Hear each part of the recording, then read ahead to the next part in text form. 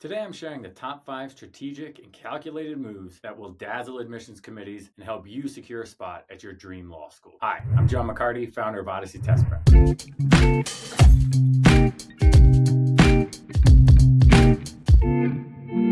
So number 5, the first thing you want to be thinking is your strategic letters of recommendation. This is one aspect of the application that you do not have full control of. Everything else you're going to be writing, you're going to be preparing for, you'll be doing on your own with the help of professionals and other people who have your best interest in mind. But the letters of recommendation, you give those off, you send off the forms to your recommenders, and then they write those up and send them into the LSAC, and then you send those out to law schools from there. You want to make sure you're early with this. You really don't want to be waiting around for those letters of rec, and the professors get busy, especially in the fall. They're writing a ton of these things, but to be really strategic with who you ask. So it's not all about who is the best title or the most prestigious position. You really want to focus on people who know you best. So who know your work ethic, who know your leadership skills, who know your intellect, and who can speak to those things through their letter of recommendation in a very personal way. So if you don't have any professors, and they do prefer professors as that starting point for those letters of rec, usually you need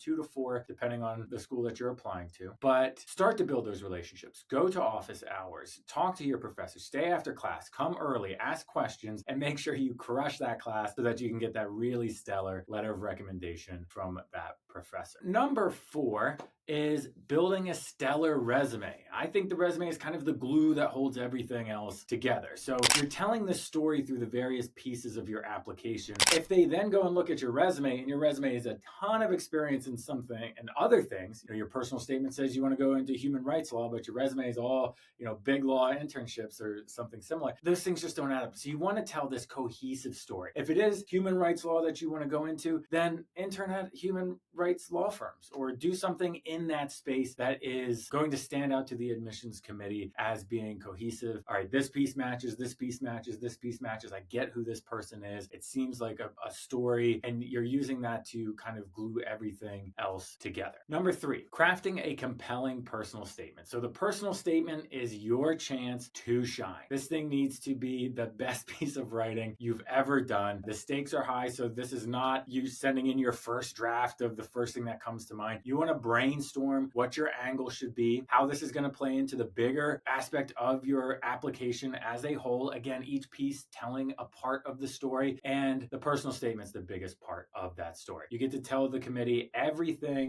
about you, about your passion for the law, why you want to enter into the legal field, or really you can come at it from a lot of different angles. So be creative, take some time. It's not something you should write in an evening. This may take you a few weeks. Some people spend even longer than that putting together their perfect personal statement. You got to edit it. You need professionals editing it, friends editing it. You want this thing to be polished. It still needs to be your voice. It still needs to be you, but you don't want to have a comma splice here or run-on sentences and things like that. So definitely have people coming in to guide you and help you see some of the things that you can't see after reading it 15 times. You're kind of desensitized to some of the maybe grammatical errors that are there. Number 2, building a strong GPA. So this is something that you want to be doing from the jump, freshman year. If you haven't started that early, it's time to start now if you're still in school. If you're not, unfortunately, it's that undergraduate GPA that really counts in the admissions decision. So going back and getting a master's doesn't really change that equation. It can show the admissions committee that you've done something since then, but really if law is what you want to do, don't go spend 2 years doing something else. So build that strong GPA from the beginning. If you have 2 years of a bad GPA, it's hard to pull that up in the last 2 years. So try to get it as early as you can, building that. It is typically the second biggest piece of your acceptance decision is based on that GPA for most schools. So you want that to be really as good as possible. And like really competitive schools, we're talking 3.9.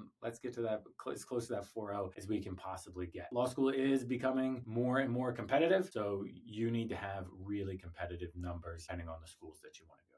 And then the top advice that I have for really just dazzling the admissions committee is just acing the LSAT. Crush the LSAT. Put a ton of effort into that exam. That is not like a 3-week process where you just study and go take it, or you take it on a whim or any of that. This is typically the single biggest piece of the application. A lot of people believe that one LSAT point is worth $10,000 in scholarship money for a single LSAT point. So really take the time important to think about that financial decision, the schools you'll get into, the networks that you'll build, the opportunities that you'll have coming out of law school will all vary depending on that LSAT score that you get. So make sure that that is super strong. Those are the top 5 things. Let me know if you have something else that you think is super important that a lot of people overlook. Throw something in the comments. I'm John McCarty. We'll see you next time.